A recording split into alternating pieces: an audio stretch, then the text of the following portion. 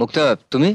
সাগর, কাল রাতে তোমাকে টেলিফোন করে পাইনি, তোমার সাথে আমার কিছু কথা আছে। মুক্তা, আসলে আমার একটা জরুরি কাজ আছে, একজনের সঙ্গে দেখা করতে হবে।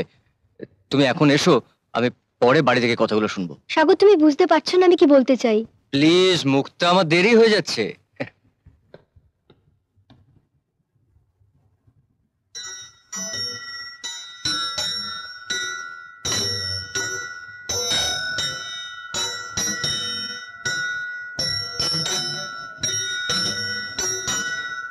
নদী, তুমি আমাকে এখানে ডেকেছো কেন?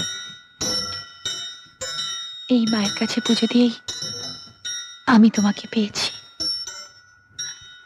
তাই মাকে তোমায় দেখাতে এনেছি।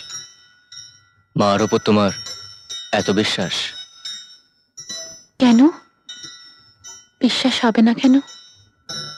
এই মায়ের কাছে যে যা চেয়েছে তাই পেয়েছে। তাহলে তো মাকে সাক্ষী রেখে আমাকেও তোমায় কিছু একটা দিতে হয়, যা মায়ের আশীর্বাদে পৃথিবীর কেউ কোনোদিনও কেড়ে নিতে পারবে না। কি দেবে? চোখ বন্ধ করো।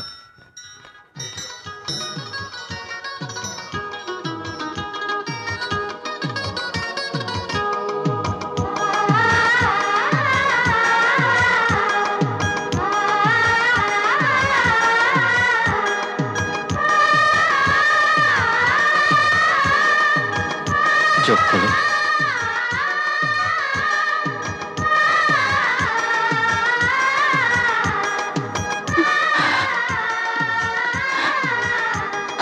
সাগর, সিঁদুর পরিয়ে দিলাম। তোমার বিশ্বাস যদি সত্যি হয়, আমি যদি কখনো দূরে কোথাও হারিয়ে যাই, তাহলে মায়ের আশীর্বাদে সিঁদুরের টান তোমার কাছে আমাকে টেনে নিয়ে আসবে। আমি তো তোমাকে হারাতে চাই না সাগর। তুমি মায়ের সামনে কথা দাও যে তুমি শুধু আমারই থাকবে। কথা দাও। আমি জীবনে মরণে শুধু তোমারই থাকবো নদী, শুধু তোমারই থাকবো।